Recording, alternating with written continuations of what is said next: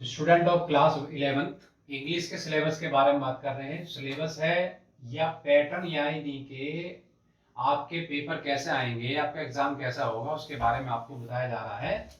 तो हमने इस पैटर्न का इंग्लिश का है और 100 मार्क्स का होगा। तो 100 मार्क्स में हम देखते हैं किस किस तरह है। अब जो पेपर है वो 4 भागों में डिवाइडेड किया गया है, यानी 4 भागों में बांटा गया, section A, B, C and D. तो सेक्शन ए में आपकी रीडिंग एबिलिटी देखी जाएगी जो 12 मार्क्स की होगी। इसमें क्या करना होगा, हमें वन लॉन्ग पैसेज, एक पैसेज मिलेगा, बहुत बड़ा जो पैसेज होता है वो पैसेज आपको पढ़ना है और उस पैसेज को बड़े ध्यान से पढ़ना है। उस पैसेज के बाद कुछ क्वेश्चन लिखे मिलेंगे, उस क्वेश्चन से क्या है, आपको उस पैराग्राफ में से कुछ क्वेश्चन आपको सोल्व करने होंगे। तो वो किस तरह के मिलेंगे, शॉर्ट आंसर टाइप क्वेश्चन होंगे जो 3 नंबर का होगा, 3 क्वेश्चन जो 9 नंबर के होंगे। कुछ वोकैबुलरी पे आधारित और भी हो सकते हैं क्वेश्चन जो 1.5 अर्थात 1.5 नंबर का 2 क्वेश्चन होंगे। तो आपको ये 3 नंबर के होंगे, तो 9 और 3 12 यानी 12 मार्क्स का एक आपको सेक्शन ए मिलेगा जो अनसीन पैसेज जिसको हम कहते थे, अनसीन पैसेज होगा। इसके अलावा सेक्शन बी है जो 20 मार्क्स का है।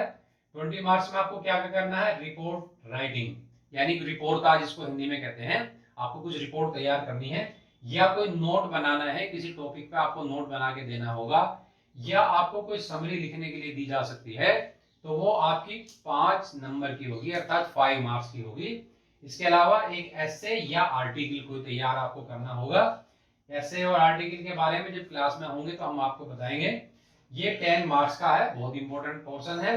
और एक लेटर्स है, ये कंपोजिशन में आता है, यानी आप क्या लिख सकते हैं।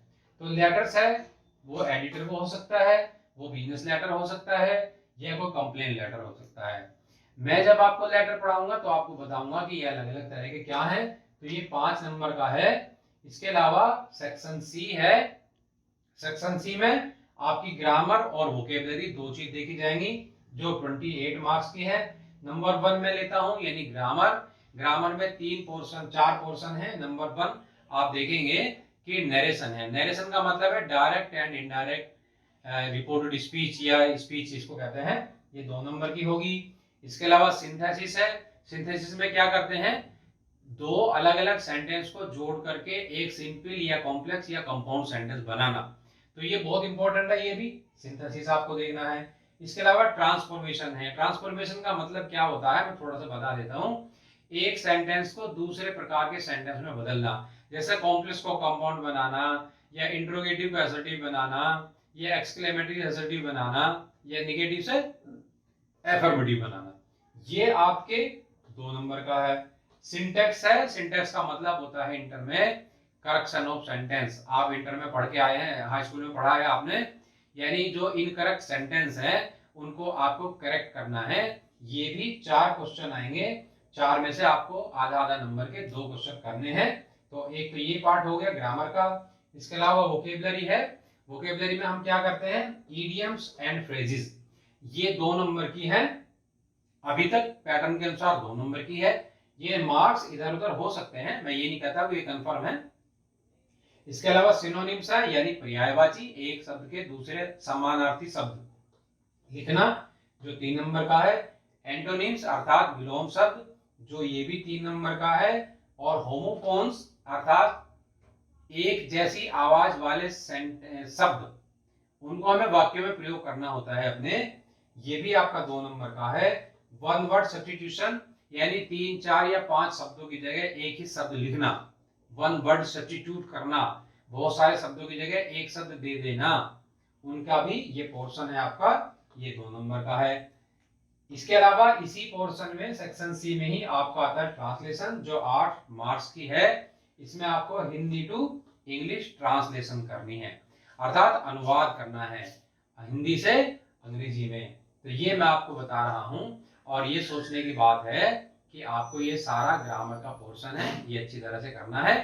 तो मैं इसके बाद आपको बताऊंगा कि सेक्शन डी अर्थात आपकी टेक्स्ट बुक पर आधारित क्या चीज है। तो सेक्शन डी के बारे में बताऊंगा।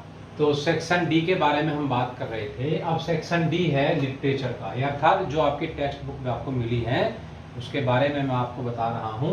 आपके पास 2 बुक है, नंबर 1 हॉर्नबिल है और नंबर 2 है स्नैपशॉट यानी सप्लीमेंट्री रीडर है। तो हम पहले हॉर्नबिल के बारे में बात करते हैं, जो आपके कोर्स में 25 मार्क्स की है। उसमें दो पोर्शन हैं, नंबर 1 प्रोज है और पोएट्री है। तो प्रोज में से क्या आएगा? प्रोज में से एक 1 लॉन्ग आंसर टाइप क्वेश्चन आपको आएगा जो 7 मार्क्स का होगा।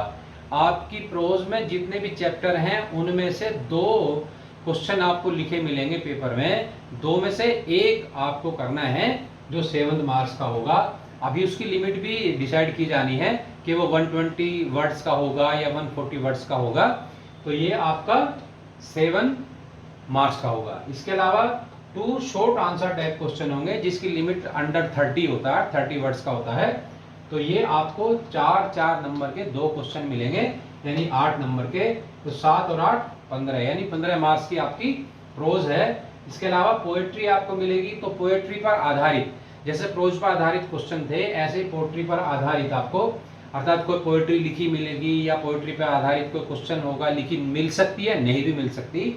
तो 3 शॉर्ट आंसर टाइप क्वेश्चन होंगे, वो 2 into 3 अर्थात 2 नंबर के 3 क्वेश्चन होंगे और आपको उसमें 6 मार्क्स मिलेंगे। इसके अलावा 1 सेंट्रल आइडिया। सेंट्रल आइडिया का मतलब है कि आप अपनी पोयम को अपने शब्दों में लिखें, केंद्रीय विचार हिंदी में कहते हैं। तो ये आपको मिलेगा और ये होगा 4 मार्क्स का। तो 6 और +4 यानी 10 मार्क्स की ये है, 15। तो 25 मार्क्स की हॉर्नबिल हो गई।